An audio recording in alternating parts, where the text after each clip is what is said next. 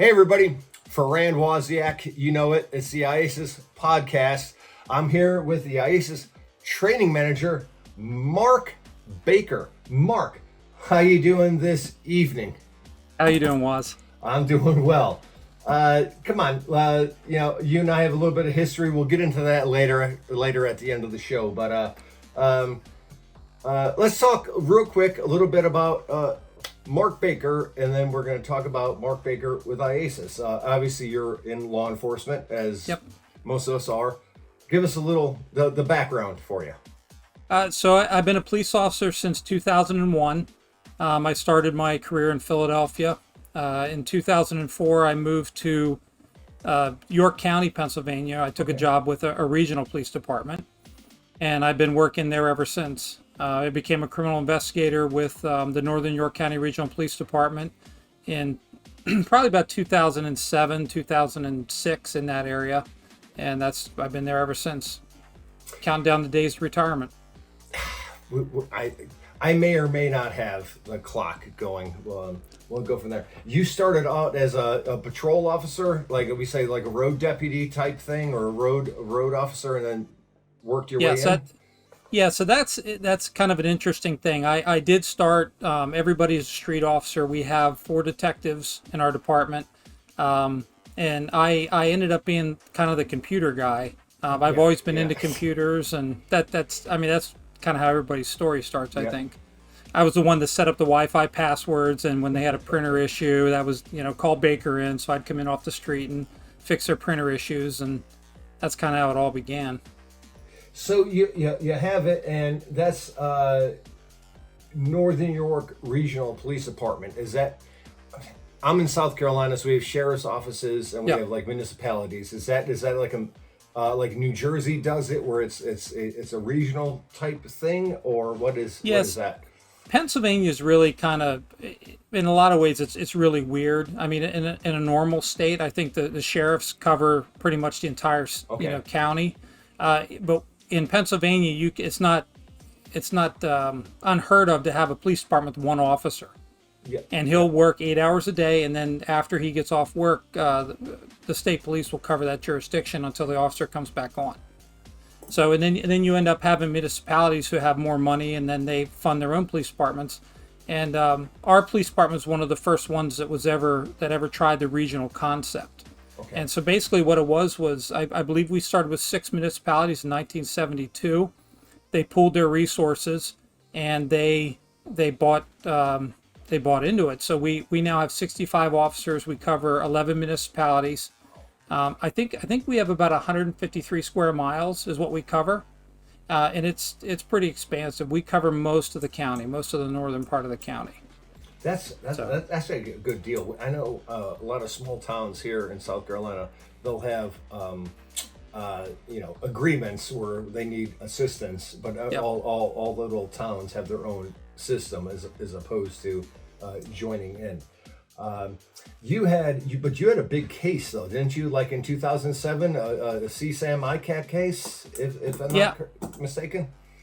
It wasn't 2007. I think it was about 2012 was the big case. Yeah, so it was close. My first case was in 2007. That's where I actually got into computer forensics. Okay. So that was you want to hear about that story? Oh no, please. No, all of it. Yes, absolutely. Yeah, everybody wants to. Yes. I have no problem poking fun at myself for this. It's a computer guy, and they get their first CSAM case in. And obviously my chief calls me back and says, hey, you're the computer guy. We have this case. We have a tower. Can you do me a favor and see what you can find? So being the computer guy, I find a monitor and a keyboard and a thumb drive, and I plug that computer in, start copying off the evidence, and the DA, loses his mind. So that was kind of how my career in computer forensics started. 'Cause at that point, I realized that you needed training for this. And I started calling around, and I ended up landing with IACIS because they were the only ones at the time that provided a certification. And I think we still are. We're the only one with accredited certification. So I do believe that, and that's a great segue you provided. So tell us a little bit. You're the training manager today. So tell us from from your beginnings to today? Because this is an IACIS podcast, so obviously we have to talk about it a little bit. Pitch IACIS a little bit. Yeah, so I started, so in 2008 is when I went through the BCFE class, and I believe it was in Maitland, Florida at the time. And that was, it was a relatively small class at the time. I took it in 2008. I got certified in 2009.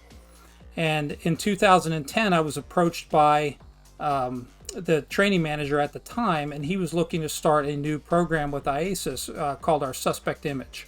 Okay. What we wanted to do was have an image built that everybody performed their practicals on to be more realistic. So I became the chair of that group, and I started with the training committee in 2010. So that was kind of my foot in the door. And then from there, I became a chair of what our our applied computer forensic class at the time, which is a tool specific class. And then I became the specialized training manager. And then after that, I became the training manager. So it was kind of a progression up through the ranks is what you'd say. So I know you're considered, you're not voted in. You're pretty much the middle management of IACIS. You're the sergeant. You are the staff sergeant. I can't swear too much, but stuff rolls downhill, but it's also pushed uphill. So you're right there in that sweet spot. Yeah. And I know, obviously, I taught mobile for a couple of years, and you were always in the classroom, and not in a bad way, but also when I moved to marketing, I'm in the hallways for marketing, and you're also in the hallways. Yep. So it's crazy. If you have an Apple Watch, and I think you do have an Apple because you text Blue, how many steps you get into a day, because you're nonstop. You're nonstop at IACIS. Going in all the classrooms. There was one day last year during the 23 event that I walked 8 miles inside the hotel. So that's between classes. Yeah, we just we walk around and basically make sure all the classes are running, get things, stuff that people need. So yeah, there's a lot of steps being put on during those 2 weeks. And you're a big guy, and I'm 6'4", 6'5" with shoes on. You rival me, if not taller than me. You may have a little bit more shoulder strength than I do. So you're a presence in the hallways and the classrooms. And besides, we'll get into BCFE in a little bit, but there's the event. We always say this. I said it last year and I said it the year before. This is the biggest event IACIS is going to have, correct? This year, yes, it is. Yep. Yeah, and we have the more students, and also as far as volunteers. Got to say volunteers, the staff on hand. Yes, we had. So last year, I believe we had 666 students, and this year, yeah, I know I couldn't believe it. Yeah, right, exactly. Yeah, 667. This year, as of this morning, we have 771. So this will be our biggest event that we've ever had. We have 154 staff members coming to the event. So we're right at about, I think we're at 918 people that'll be in Orlando for the IACIS event this year. Yeah, we are it's actually outgrowing, and nothing against the venue, but we're actually outgrowing the venue itself. And I know, plus with the vendors, I know we have the partnership with all the vendors. Mm-hmm.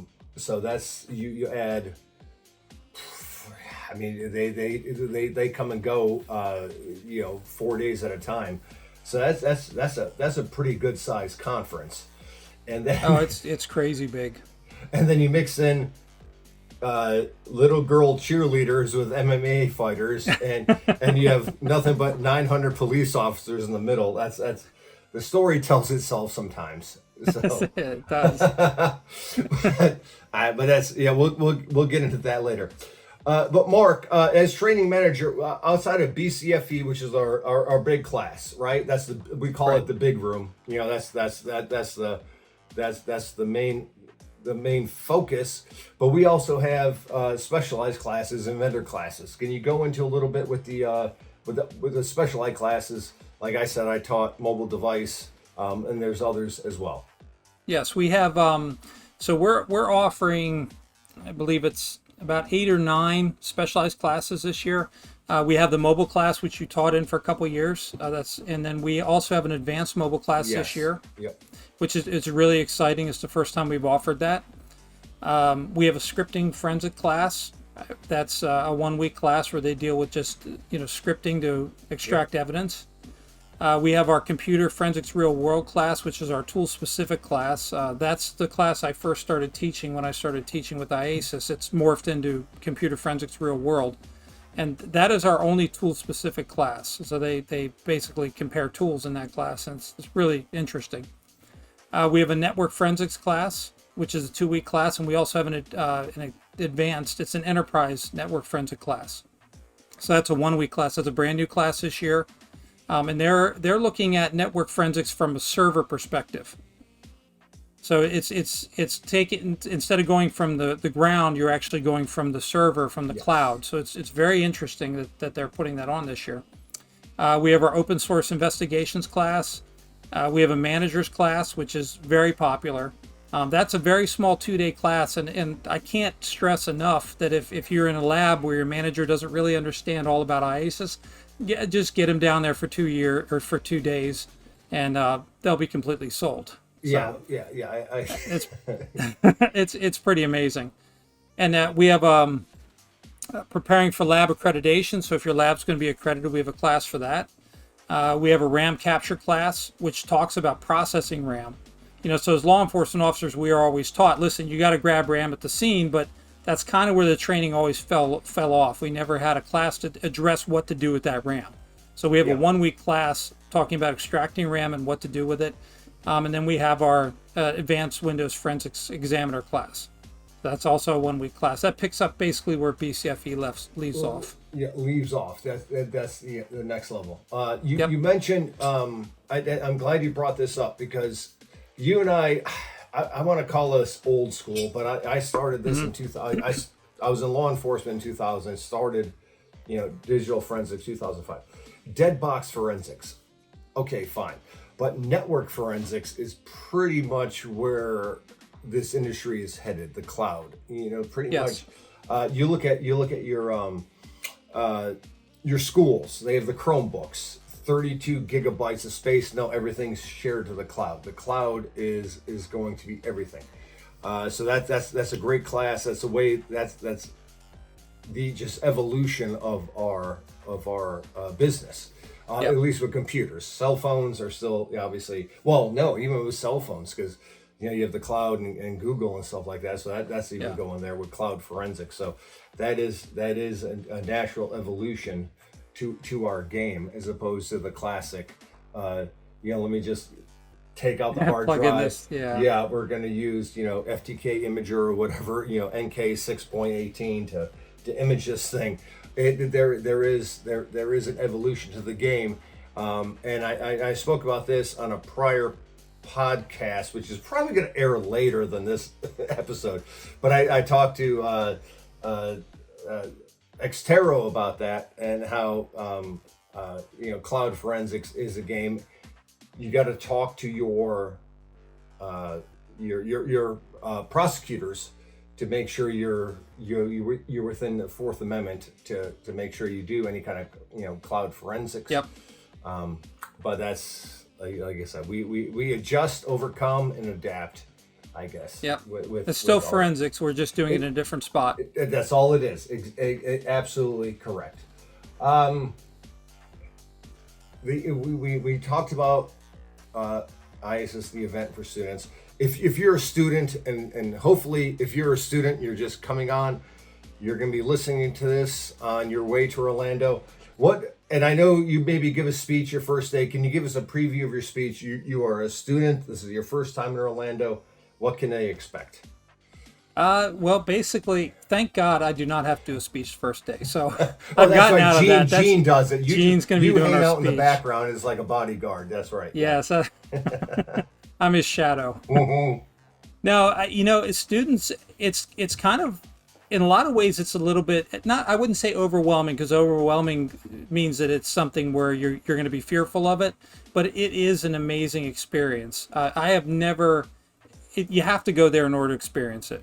Yeah. And especially when you get into the big room, like you call it, the BCFE room, where there's going to be 324 students in there plus 75 instructors in one room. Yes. And it is crazy the amount of people that are just down there.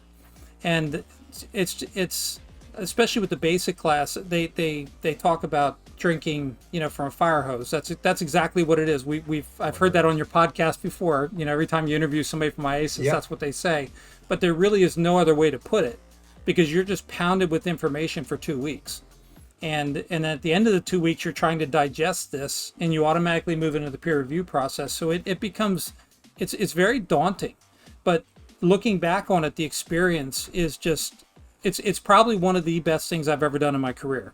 I've gotten SANS certifications. If we're allowed to say the S word on the podcast. We can. Oh yeah. Okay. Whatever. Okay, good. Yes. Yeah, I'm wearing a gray shift hat, so everything's good. Yeah. Yeah, I've taken numerous training classes, and I've done a lot of things in my line of work, but I always go back to 2009 when I was certified. That was the best experience I've ever had. It's the one I'm most proud of, and I encourage everybody who comes down there to take that certification, take it seriously, and get through it, because you'll look back on it and say, this was it. This is the pinnacle of my digital forensic career. However long that may be. Yeah. And it's not to diminish our advanced classes, because one of the things that I talk about on the last day in week 2 is our continuing education. Because one of the problems, and I've seen this in my county, we've had digital forensic examiners that come in the past, and they would take one course and then they'd ride that course for 15 years. Yeah. And at some point we're dealing with Windows 7 and he's still talking about Windows XP, and you're like, okay, one of the unique things with our field, and I told my chief this, is you can send a guy to photography school for a crime scene, and chances are he can use that for the rest of his career. But computers change constantly, especially with phones. They're constantly being updated. Windows is rolling out new things, and our developers are constantly developing the material to keep up with it. So, I mean, that's why you can get the BCFE and get your certification, but then continue on with our specialized classes. So you're going to continue to learn, and you're going to continue to advance in your career field. And it's funny you brought that up.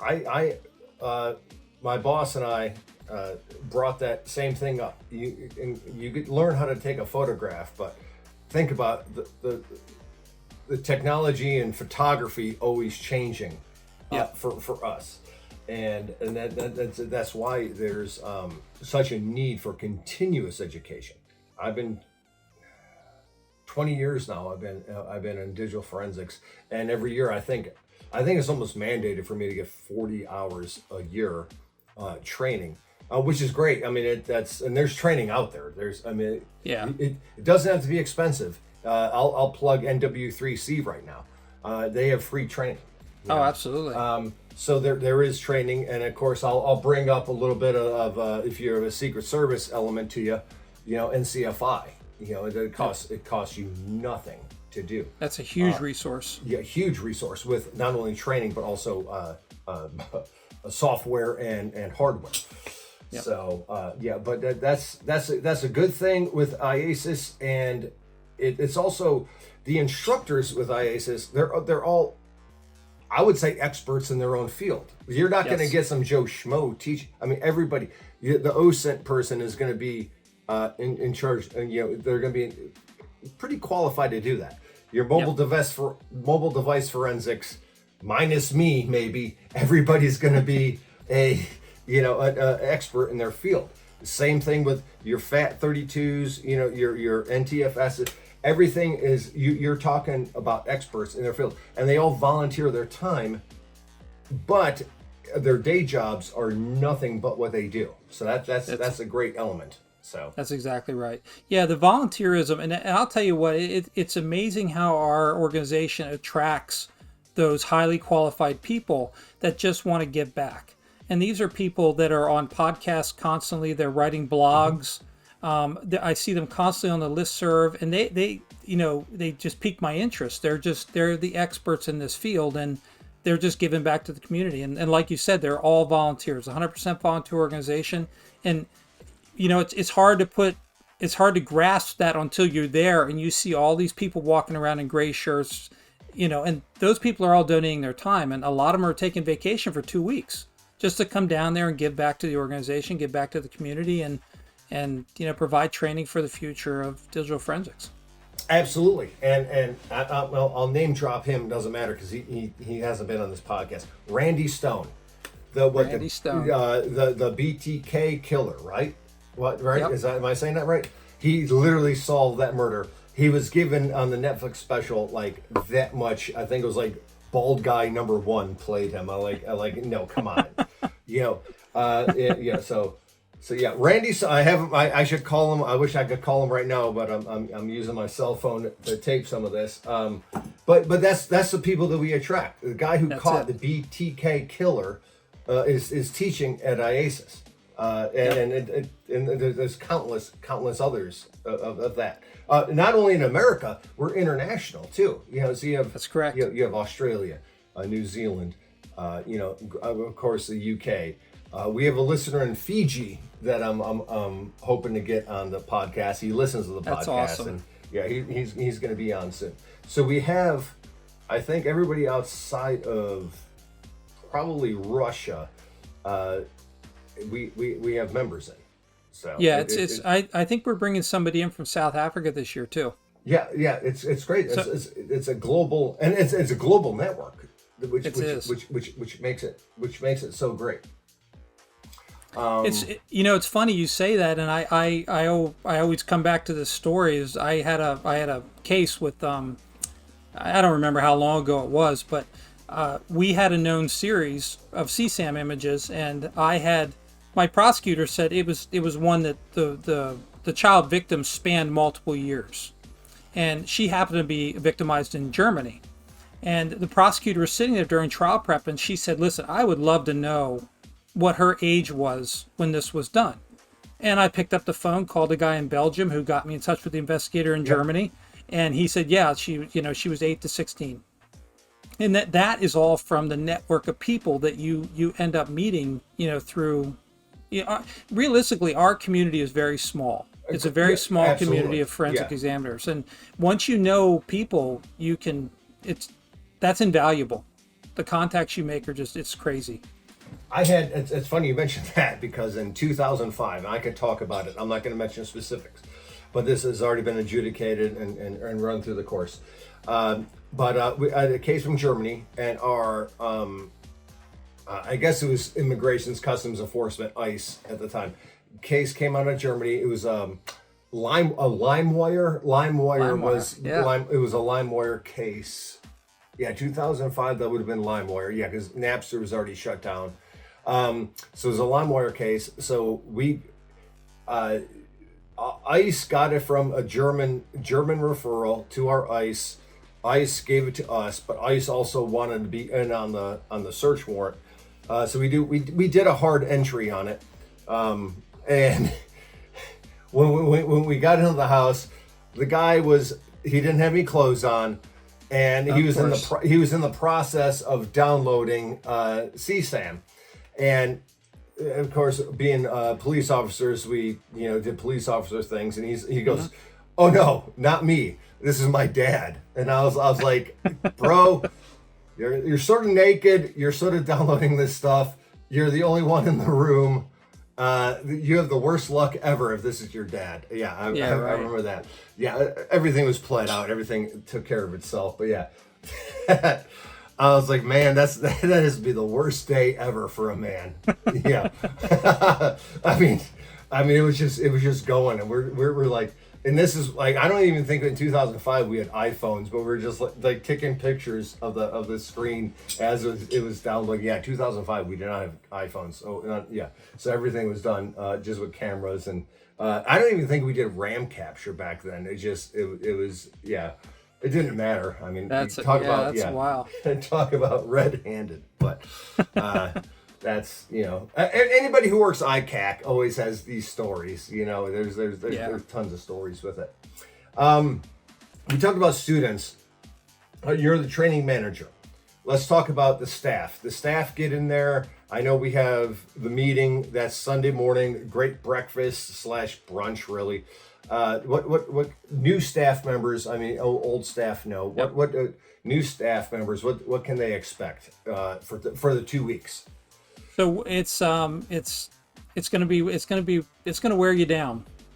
So we start basically on Saturday packing bags. So you figure everybody who attends the event is getting a backpack with swag in it, and so there's 920 bags that need to be packed, and that all happens on Saturday. So they spend however many hours it is packing bags, and then Sunday is the first day that we're actually hands-on stuff. So Sunday we have our lunch where we have our staff meeting, go over the 2 weeks, talk about expectations. Everybody introduces themselves. I think this year we have 20 or 21 new staff members, so it'll be the first time in Orlando. And then from there, once they break from the lunch, they go out and start setting up the rooms, whatever the week one classes are. Set up the BCFE room, set up all the specialized rooms for the week one. And then we have registration that evening, and then it starts bright and early Monday morning. So go on. No, go ahead. I'll add my little thing in a bit. So they normally the class is the instructors are in their class by 7:30 in the morning every morning. Normally on day one, the BCFE staff is there a little bit earlier so that they can get instructions. So the first day they have 75 people in there, so it's a lot of moving parts. So at 8 o'clock, the students are led into the rooms, and we run all day until 5. At 5 o'clock, the class is let out. The instructors will get usually an hour and a half, and at 6:30, labs start. So and then labs run until 9 o'clock. And that's Tuesday, Wednesday, and Thursday of week one. Then there's vendor nights. I think we have a vendor night on Monday where it's kind of a meet and greet, so all the staff's expected to be there. And usually by the time labs are over, you're trying to find your way back to your bedroom so you can get some sleep. And then it all starts again the next morning. So it is very grueling. It's not a vacation. I mean, it's Orlando, Florida, but it's not a vacation. No, it's not. And also, I got to bring up, though, you do have, at the end of the day, there are heavy snacks. So you get cheeseburgers, nachos, something like that, right? In the back of the room. In the back of the big room before your meeting. No, it is not. It is minimum a 12-hour day. And that's if you don't really have a job. It's literally 13 to 15 hours a day. Now there is some fun. I mean, you're gonna eat well. I mean, but you're working the whole time. You're on your feet. You're gonna get your steps.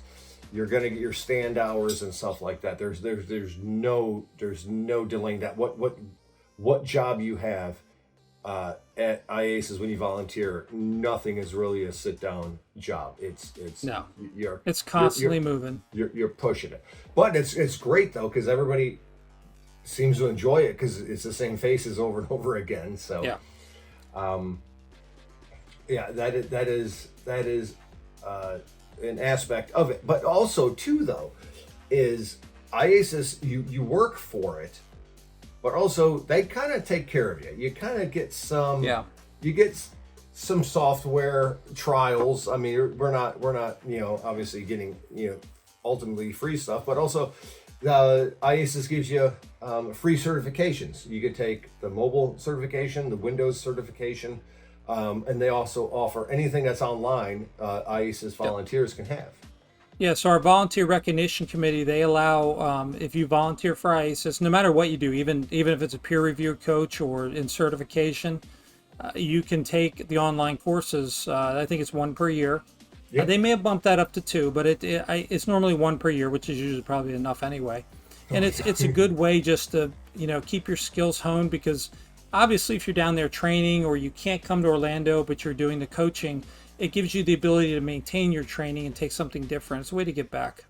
And the thing too is, say you're going down there on IACIS pays for everybody to be there, but your company or your agency is like, why are you going down there? Well, it kind of sweetens the deal a little bit when you're offered the free training and be like, well, it's not costing you anything, but also I have this free training offered to me. And I know at least with police departments, sheriff's offices, state agencies, that's huge. If it doesn't, Yeah, if it free gives is you good. train, yeah, free. We love for everybody loves free. Yeah. So yeah, always a good thing. Mark, before we just settle things down here, anything else on the Orlando event, IACIS 2024 event from No, I your think perspective? everybody's excited, everybody's engaged. I'm really looking forward to the event this year. We have a lot of people coming. Obviously, we're almost to 1,000 people attending. We're going to fill that hotel. I just encourage people, if you haven't signed up this year, sign up early next year. Get down there, because it'll be an experience that you just cannot. Like I said, it's the pinnacle of my career. I would not, if I could trade anything, I would never give away that certification. Yeah, I agree. That's absolutely understandable. Before we wrap up anything, I just got to let our viewers know you were at NCFI, Hoover, Alabama, the National Computer Forensics Institute, is a Secret Service one. Mark Baker was my instructor in 2019 for advanced mobile, I think AFT, Advanced Mobile Techniques, I think that's what it's called. Yes. And I'll show this to you, but you already know what the picture is. So, so for our viewers at home, let me just go ahead and just show this picture. So for our viewers at home that are listening and not watching it on YouTube, there's a fellow student on looking. There's myself, who I accept all of the accolades, but none of the blame. Mark Baker actually has his head in his hand, because I did, and we were working with like solely in hexadecimal. Not X-Ways, but what's X-Ways hex reader? The WinHex. Yeah. So we were working on a very low non-RAM soaking up software. No, I managed to break the computer, and then I like, and you'll see it, Mark, real quick. Our proctor did nothing. The proctor just sat there, and that's, if there's ever a stone pillar of this man, that's all he did. But yeah, that was in 2000. I remember thinking to myself, what the hell did you guys do to this computer? And that's exactly. I can't believe somebody took a picture of it. Yeah, Pat from New York State Police. I'm not going to give his last name out, but because I think he works undercover now. But it looks exactly like what it does when my Chihuahua poops in the house. Because there's yeah, my the onlooker, which is my beagle, me, and it just, yeah. So that was good times. And still to this day, I still have no idea. But I remember, though, you brought your dog the last day. Yes. Hannah, right? Hannah. Mm-hmm. Yes. What a sweet girl. And you bring her to IACIS, too, part of the Dogs of IACIS, which is like sort of an informal thing now. Yeah, we have 3 dogs down there nearly every year. We have 2 electronics detection dogs, and then Hannah's a certified therapy dog. Certified therapy dog. Sweet girl. All of them. I think it's ASCII, Siri, and then Hannah, and any other dogs that are welcome, and they get all the patches and stuff like that, because the vendors love the dogs, but that is some good stuff. Speaking of that, you were when you taught me at NCFI, I know you do hunting and fishing. You're sort of an outdoorsman. I think most people in Pennsylvania, if you're not in downtown Philadelphia, you pretty much are. Yeah, if you're not an outdoorsman, you're a communist. Yeah, that's kind of how it works. You had to be. I knew you were doing some fishing in Alabama, right? When you instructor there, yeah. So and plus he has beautiful dog, and you bring your dog to work. That's always a great thing. I love hunting and fishing. Anything to get me outdoors is just fantastic for me. Oh, same. Just 4 hours of silence. Just 4 hours of silence. I went one time. I saw nothing. A family of bobcats just rolled by me, and I was just like watching them, and it was just normally that is worth the sit. Normally, dangerous situation for like if you have pets or animals, but I was like, you know what, just I'm just happy to be here. Just 4 hours of nothing, you know. Yep. Oh, it's good. It's good. Mark Baker, do you have any closing remarks before we close this thing up? Well, I appreciate you having me on. I look forward to meeting everybody. If this airs before the event, come find me. I'll be walking around trying to put my steps on. Yep. And just, I'd love to meet you and hook up. That'd be great. Awesome. And I got you had that Maxpedition backpack 2 years ago. I ended up getting the same thing. It's a great backpack. Yeah. Look for Mark Baker. He is going to be roaming the hallways, and he's going to be in the classrooms. I think there's 2 of them, minimum 3. At all times. So Mark Baker, Training Manager, IACIS Orlando 2024. Mark, pleasure having you on. Thank you for being on, and we'll see you soon. Yep. Take care. Roll Tide. There you go. I knew you'd get that in. All right. Thanks, everybody.